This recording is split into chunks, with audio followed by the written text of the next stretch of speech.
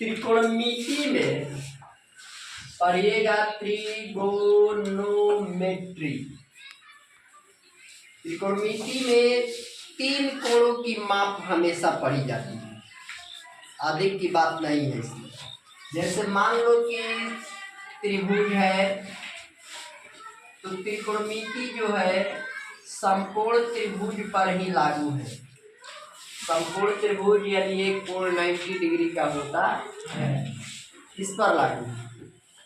अगर ये है, बी है, सी है, तो इसको हम लोग पढ़ते हैं आधार। क्या पढ़ते हैं? आधार। सबसे बड़ी भुजा को हम लोग क्या कहते हैं? कर्ण। और जो खड़ा है इसको क्या कहेंगे? लंब। ठीक है। अब इसमें कर्ण को एच से सूचित किया जाता है। किससे सूचित किया जाता है? आधार को बी से सूचित किया जाता है और लंब को जब कहीं पी लिखा है तो समझना कि लंब है, और बी लिखा है तो क्या समझेगा? हाँ। एच लिखा रहेगा, यानी इसको कहते हैं हाइपोटेनस। ई हो गया बेस, ई हो गया परपेंडिकुलर, लंब। तब इस पर सूत्र लगता है। सूत्र होता है पहला, साइन थीटा बराबर हो गया पी बटा एच। पी का मतलब हो गया, एच का मतलब कर्ण। दूसरा नंबर ध्यान से देखिए, कॉस थीटा की बात करते हो तो कॉस थीटा का मतलब होता है बी बाटा एच, यानी आधार बाटा। टैन थीटा की बात करते हो तो टैन थीटा बराबर सूत्र होता है पी बाटा बेस, यानी लंब बाटा।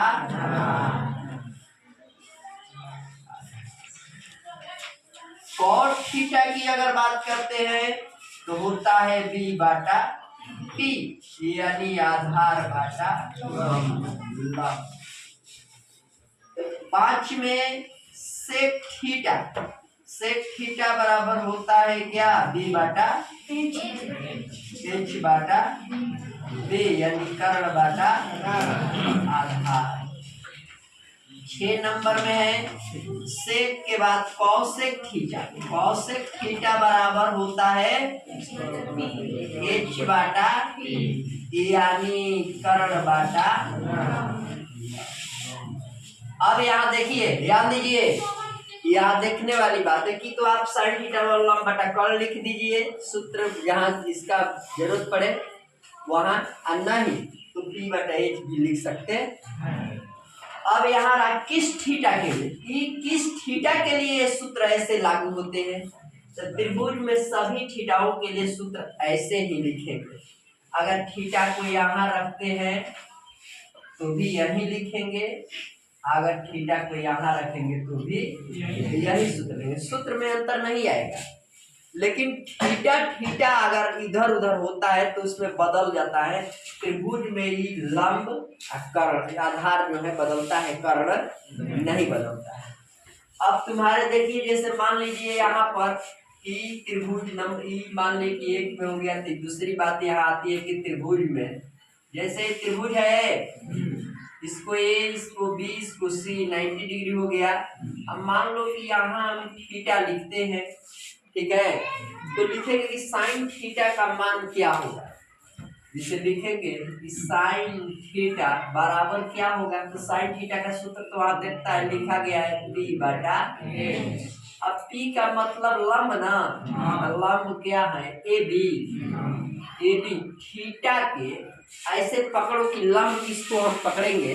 तो लंब पकड़ने के लिए आपको ये जानना जरूरी है कि ठीक जिस कोण की बात होती है उसके सामने वाली भुजा क्या होती है?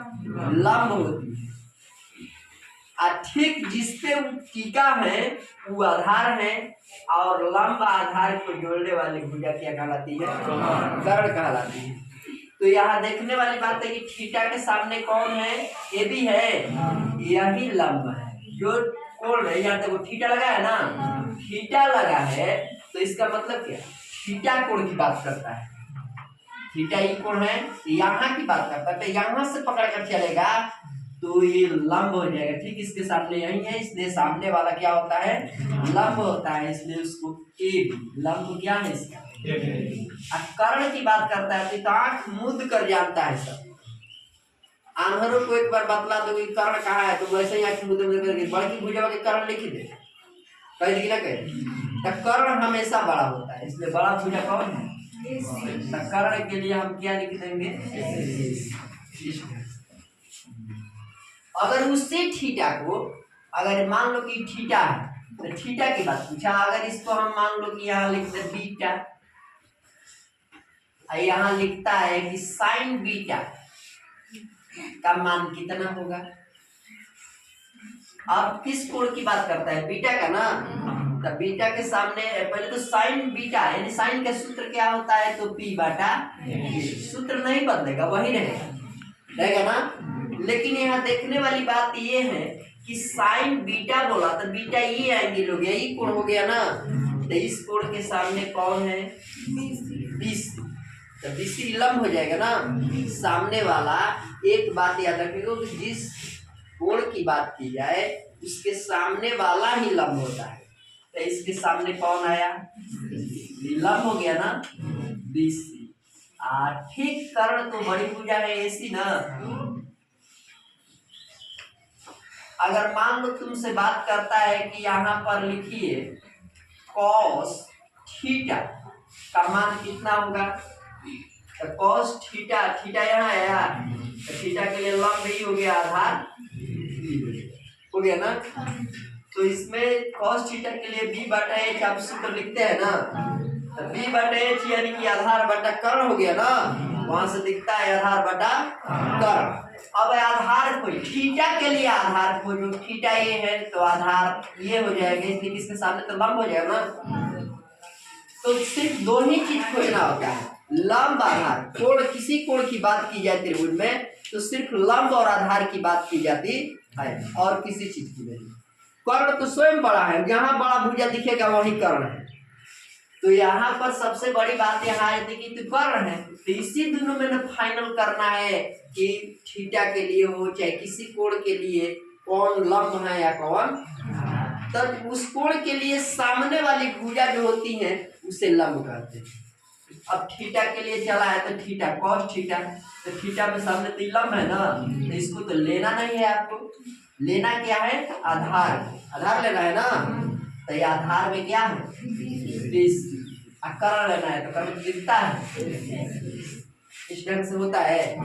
अब इसी को मान लो कि cos थीटा के लिए आपने मान निकाला था ना, यही cos बीटा के लिए अगर मान कहा जाए कि cos बीटा के लिए आप मान निकालिए, तो cos बीटा दिखता है, एंगल से कोई अंतर नहीं है सूत्र पर, सूत्र तो वही लिखेगा, सूत्र लिखेगा कि बी बटा एच यानी आधार बटा कर्ण, सूत्र तो वही लिखिएगा, उसमें तो कोई डिफर नहीं करेगा।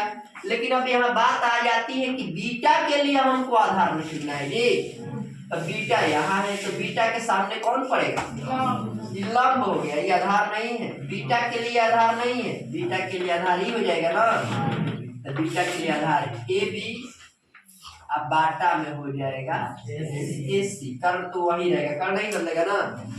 अब यहाँ पर कुछ पाइथागोरीय साइड इसी त्रिभुज पर सूत्र दिए हैं, पाइथागोरीय